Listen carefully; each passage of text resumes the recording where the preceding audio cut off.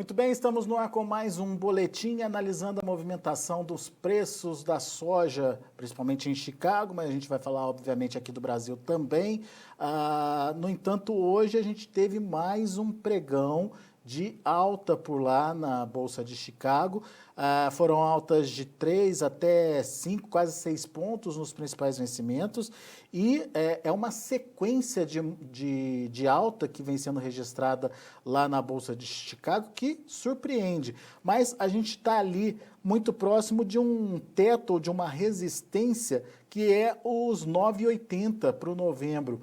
Será que vai ter fôlego para romper essa resistência? Isso traz indicação de novos patamares de preços ou tem fundamentos que vão meio que segurar aí o andamento das cotações?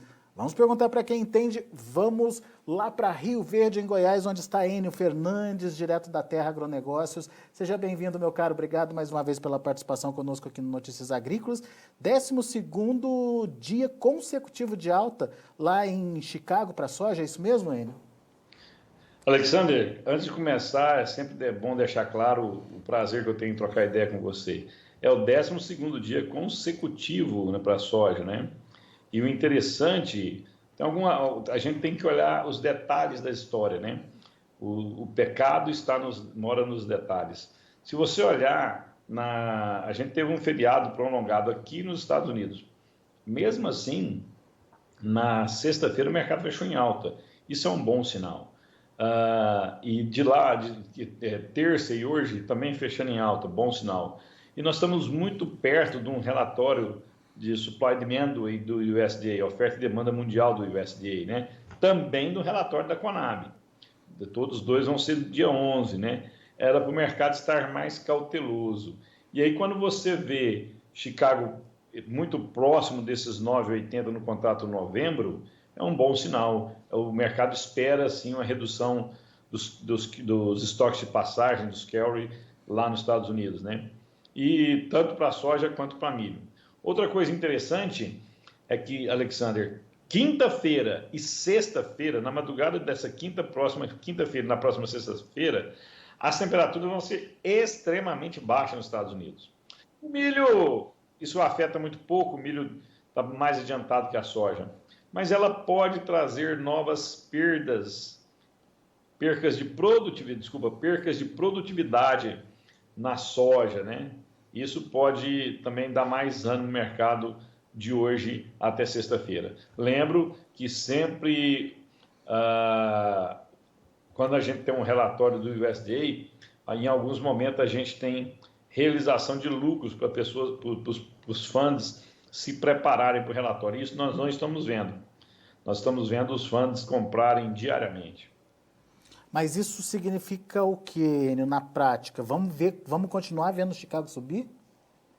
Bom, eu acho que Chicago muda muito pouco até sexta-feira. Sexta-feira, a 1h10, 1h01, o mercado vai entender qual que é a visão do USDA de produtividades, tanto para soja quanto para milho, e principalmente quais serão os carries, quais serão os estoques de passagem, né? Isso sim vai movimentar Chicago. Eu acredito que na sexta-feira nós vamos ter muita volatilidade. Por quê? Porque você tem expectativas diferentes, né? Você tem alguns players achando que o mercado já precificou essa queda e tem outros players achando que esse mercado vai ainda precificar melhor essas quedas, que a queda é mais grave do que o USDA pode apontar. E a prova disso é você ver a ação dos fundos. Eles estavam completamente vendidos no milho, já estão com 14, 20 mil contratos compros no milho, aumentaram muito a sua posição na soja, comprados, né? Estão 165 mil contratos longos na soja, estão 20 mil contratos longos no farelo, estão 8 mil contratos, 6 mil contratos longos no óleo, quer dizer, os fundos estão posicionados comprados. Isso tudo traduz que o mercado acredita numa queda de produtividade e, consequentemente, uma queda de estoques nos Estados Unidos. Mas, pois é, na sua opinião, Enio, Você está mais para quem aqui acredita que já foi precificado ou que pode ter ainda alguma correção nos preços? Não, na nossa visão estrutural, temos duas visões, a momentânea, né, conjuntural, Ah, e nós temos a estrutural. A conjuntural, a safra, historicamente, quando a safra entra no mercado, ela pressiona as cotações para baixo. Isso é natural de ocorrer. uhum. Isso é natural de ocorrer. Então, quando chegar a safra, já estão começando as primeiras colheitas no sul dos Estados Unidos de milho, logo, logo vão começar as primeiras de soja, né? E nós vamos ver essas produtividades. Então, independente da produtividade, quando a safra chegar, nós vamos ter uma pressão nas cotações de Chicago.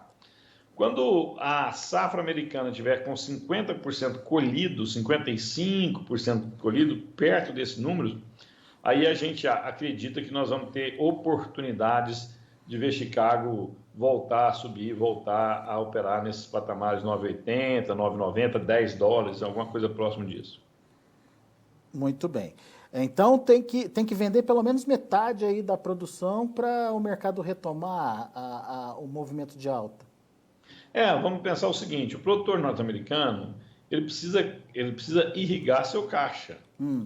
O mercado do milho nos Estados Unidos é um mercado mais robusto, é um mercado maior, é um mercado mais dinâmico, é um mercado interno mais tenso, mais emocionante, mais vibrante. O que o produtor geralmente faz? Ele segura milho, oferta soja. Geralmente é isso para fazer o caixa. Depois ele segura sua posição para vender ao decorrer da temporada. Esse é um ponto. O segundo ponto é o seguinte, já em janeiro a gente tem o Brasil começando a colher soja, janeiro, fevereiro e março. Isso inibe, às vezes, a compra da China nos Estados Unidos. Isso, mas não afeta o milho norte-americano. Então, na teoria, de novo, estou repetindo, na teoria, os norte-americanos vão fazer caixa com ambas a cultura, mas principalmente com a soja, e depois vão segurar o milho. Essa retenção de soja lá, e essa colheita aqui, com 55%, 50% da soja já comercializada, pode promover altas em Chicago depois da colheita, porque durante a colheita americana a gente acredita que a gente pode perder alguns pontos em Chicago. Bom, mas de qualquer forma, isso tudo a gente está analisando a questão da oferta e vendo qual é o tamanho da safra disponível aí para comercialização. Mas e quando a gente olha para a demanda, quais são os fatores e de que forma esses fatores pesam na formação de preços? Pesam bastante, porque a demanda está muito firme, Alexander. Se nós analisarmos com frieza o que aconteceu nos últimos anos, a Conab teve que se reposicionar completamente. Fazia uma projeção de exportação, a gente exportava mais. Ah, não, é porque tem guerra comercial, tem disputa entre países, a China deu preferência aqui para o Brasil, é porque nossa soja estava mais barata que a americana. Tudo bem, mas mesmo assim, nós estamos passando pela maior crise financeira da história da humanidade e nós estamos vendo os alimentos se valorizarem, nós estamos subestimando a demanda. Então, a demanda segue muito, muito forte. A gente fala muito em super safras, né? Mas a demanda também é muito robusta. Isso não é achismo, é só você olhar os números que estão sendo apresentados. Mas eu não quero dizer que Chicago vai a 10, 12 horas por bushel. Não é isso que eu estou falando. Estou falando que quando chega a colheita, naturalmente Chicago deve ceder, mas que a demanda é robusta, ela é. Se o produtor, tanto aqui como lá, cadenciar as ofertas, ele vai conseguir boas margens. Mas a demanda também esbarra numa questão política, né? Que é essa tensão China e Estados Unidos. Até que ponto a China vai continuar demandando de forma agressiva a soja americana, Enio? Ela vai demandar agressivamente até chegar à soja brasileira. Né? Ela vai vir, se você tem um país, nós estamos tendo uma disputa por hegemonia global.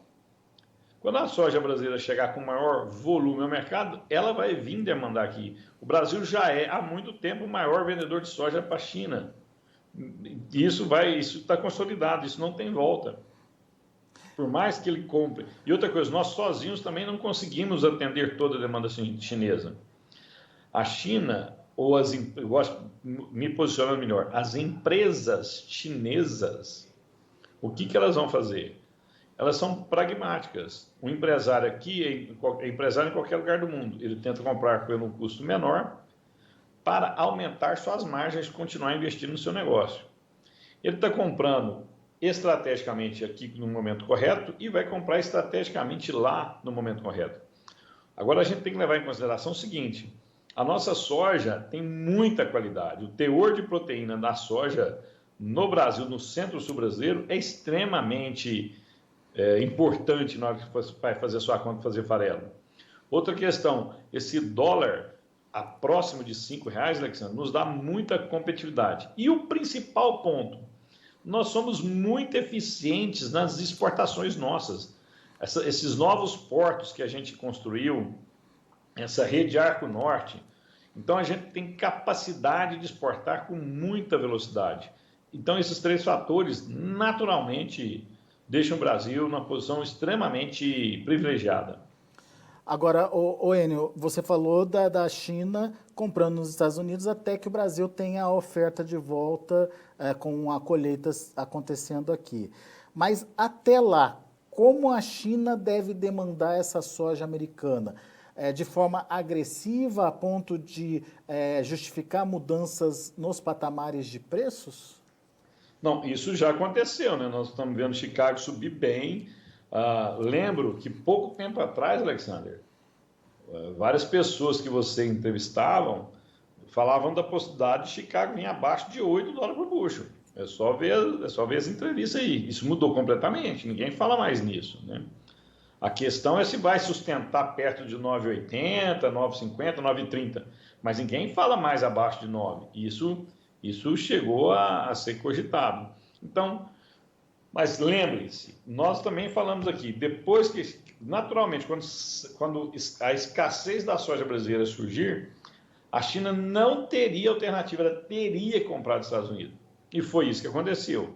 Quando chegar a safra brasileira, nós vamos ter uma boa oferta aqui, um produto de altíssima qualidade, e a gente vai ter uma alta capacidade de expedição, de exportação, com um dólar competitivo. Isso deve trazer os chineses a compra aqui no mercado interno nosso. Agora, enquanto aqui não tem, ela vai comprar paulatinamente para manter seus estoques, construir estoques estratégicos, atender seu mercado, para depois ela virar as suas compras para a América do Sul. E até para evitar uma explosão de preço também, né? Sim, isso também. Ela não teria por que fazer estoques enormes agora, né? Muito bem. Ô Enio, então, sua perspectiva de curto prazo, ele rompe os 9,80 ou não? Que é uma resistência importante, né? A resposta, eu vou dar uma resposta mais sofisticada. Até acredito que ele possa romper os 9,80, mas no decorrer do período, nos próximos dias, com a entrada da safra americana, Chicago deve realizar para baixo.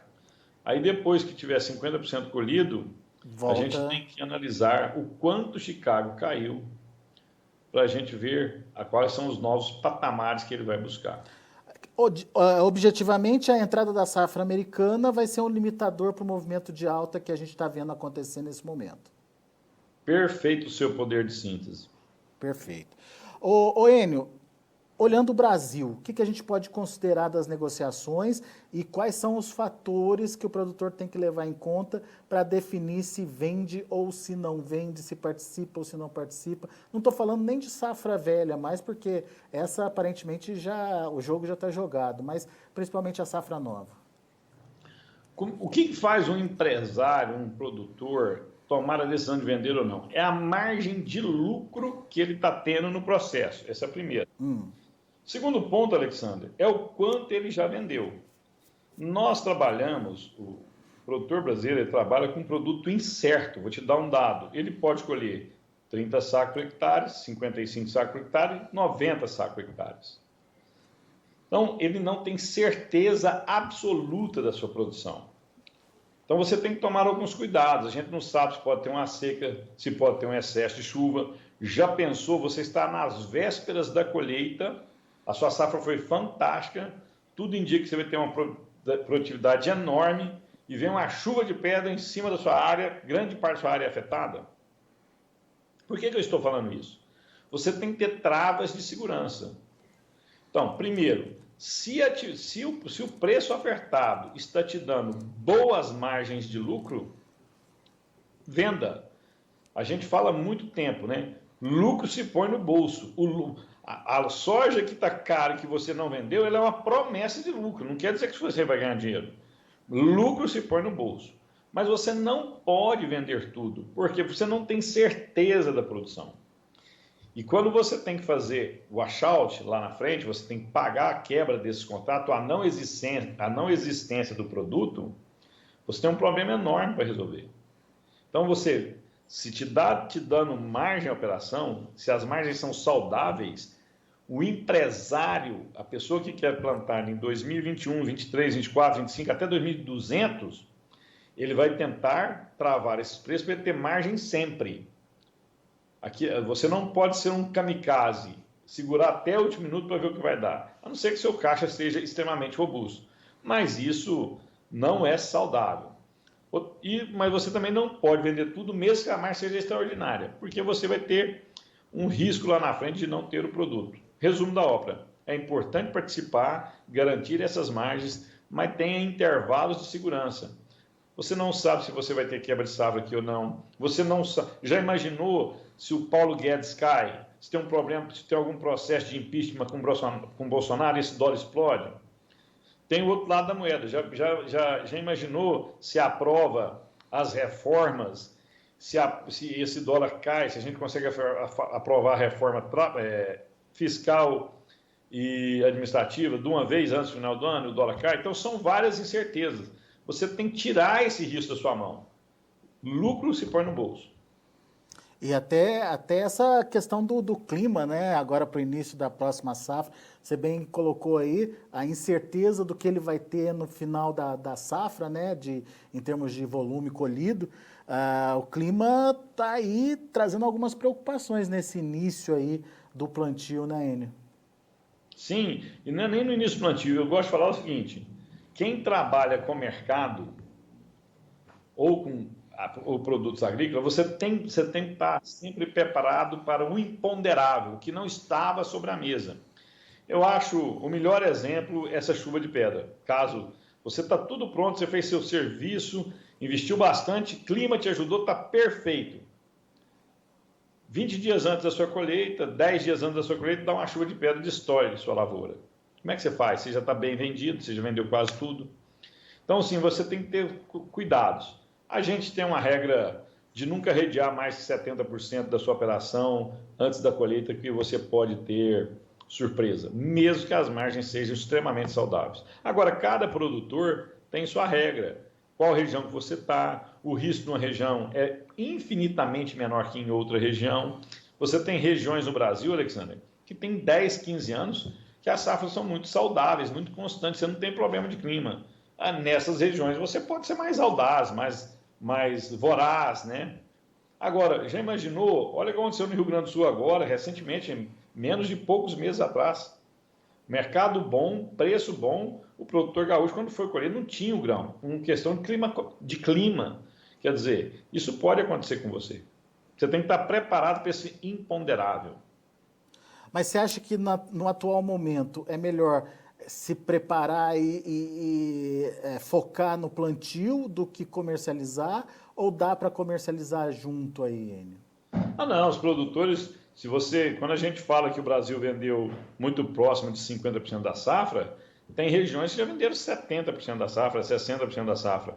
Esse produtor, o foco dele é plantar e obter o máximo de produtividade. Por quê? Porque 2, 3 sacos de soja a mais por hectare, neste ano, nas atuais cotações, dá uma diferença de rentabilidade enorme. Né? Agora eu tenho um produtor que a área dele não é tão grande, que ele não está abrindo área, quer dizer, ele planta numa área própria há muito, muito tempo, ele está consolidado. Na teoria, esse produtor ele tem pouco endividamento, porque ele está consolidado na região há muito, muito tempo. E vendeu muito pouco, não vendeu nada da sua soja, como que você joga fora uma margem dessa que há que o mercado está ofertando hoje. Qualquer região do Brasil que você fizer conta hoje, você tem boas margens de soja. Se você não vendeu nada, a sua atitude é diferente daquele produtor que vendeu 60%, 70%, 80%. Muito bem. Bom, de qualquer forma, Enio, as perspectivas são boas, dá para afirmar isso? Não, com certeza. Dá para. Primeiro, todos os preços que foram vendidos até lá atrás foram preços que garantiam margens. Segundo, o dólar está nos dando uma competitividade muito, muito forte. O Brasil não tem nenhum cenário catastrófico climático à frente. Nós temos uma boa logística e, principalmente, Alexandre, nós estamos com uma boa demanda, tanto interna como externa. Quer dizer, quando a gente põe esses dados sobre a mesa, as sinalizações são positivas, muito positivas. Ok. Bom, vamos ver como é que vai se desenvolver a safra agora. Eu acho que é a maior preocupação, né, Enio? Tá todo mundo pronto. Amanhã Paraná já está habilitado a iniciar plantio. Daqui a pouquinho Mato Grosso do Sul. Goiás começa quando, Enio? Que libera o vazio 25, dia 25. Dia 25, né? Também Sim. está perto aí, então o produtor já está na contagem regressiva, enfim, daqui a pouco a gente starta a nossa produção aqui no Brasil e vamos ver como é que vai se desenvolver, principalmente do lado da oferta. Pelo lado da demanda, aparentemente, a gente já tem aí uma demanda que promete, pelo menos, né? Sim. Último ponto, aos nossos amigos produtores rurais, demandadores, quem precisa comprar soja e milho, muita atenção nessa sexta-feira. Vai ser uma sexta-feira interessante para a gente ver quais são as projeções de safra, tanto da Conab como do ISDI. Vai ser um relatório muito importante. O que a gente tem que prestar atenção, principalmente no USDA? Produtividade por hectare. É. Essa é a principal questão, produtividade por hectare, tanto para soja quanto para milho. Mais para soja do que para milho. 120 já não vai ser mais, né, de produção? Não, eu não acredito. Eu realmente não acredito. Muito bem. Qual que é o número que você trabalha, Enio? 116. 116?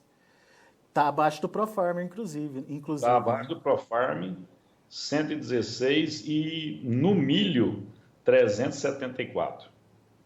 Muito bem. Vamos ver o que o USDA traz de novidade para a gente na próxima sexta-feira, então. Enio Fernandes, meu caro, muito obrigado pela sua participação e volte sempre. Um grande abraço, foi um prazer. Quando precisar é só chamar. Tchau, tchau. Valeu, Enio. Abraço. Tá aí, Terra Agronegócios, Enio Fernandes, conversando com a gente, trazendo as informações do mercado da soja. 12º dia consecutivo de alta lá em Chicago, forçado principalmente pela demanda chinesa, demanda que segue forte aí e, por exemplo, essa semana a gente já contabilizou, mesmo com o feriado, quase 1 milhão de toneladas aí negociadas e a China absorvendo aí grande parte dessa demanda de soja dos Estados Unidos. Então, a gente tem a questão da demanda impulsionando as cotações, mas o Enio lembrou que a entrada da safra americana, que está para acontecer, o milho já começou a ser colhido em algumas regiões, daqui a pouquinho começa a soja também, que a entrada da safra americana pode dar uma estagnada nesse movimento de alta em Chicago, podendo, inclusive, dar até uma barrigada aí nos preços. No entanto, isso reverte de novo, volta a ser positivo de novo, depois que o produtor americano tiver vendido algo em torno aí de 50%, 55% da sua produção. A tendência é positiva, a barrigada deve acontecer pela entrada da oferta no mercado, mas depois o mercado volta a se recuperar e principalmente pela demanda chinesa que deve continuar de forma paulatina, mas continuar importante aí para os Estados Unidos até a chegada da safra brasileira. A gente vai ficando por aqui, mas antes de encerrar as negociações, antes de encerrar os boletins, vamos ver como ficaram as negociações lá na Bolsa de Chicago, de olho na tela. Novembro, 9 dólares e 78 cents por bushel, alta de 5 pontos mais 75. Março, 9 dólares e 81, 4 pontos mais 25 de alta. Maio, 9 dólares e 82, 3,75 de elevação. E o julho, 9 dólares e 84 centes por bushel, 3,5 de alta. Para o milho,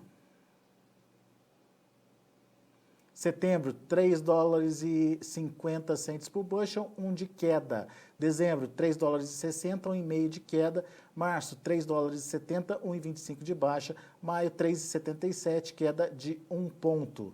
Vamos aos números do trigo. Para setembro, 5 dólares e 34 centes por bushel, setembro subiu, 0,75. Dezembro caiu, meio ponto, a 5 dólares e 43. Março e maio ficaram estáveis, março a 5,53 e o maio a 5,58.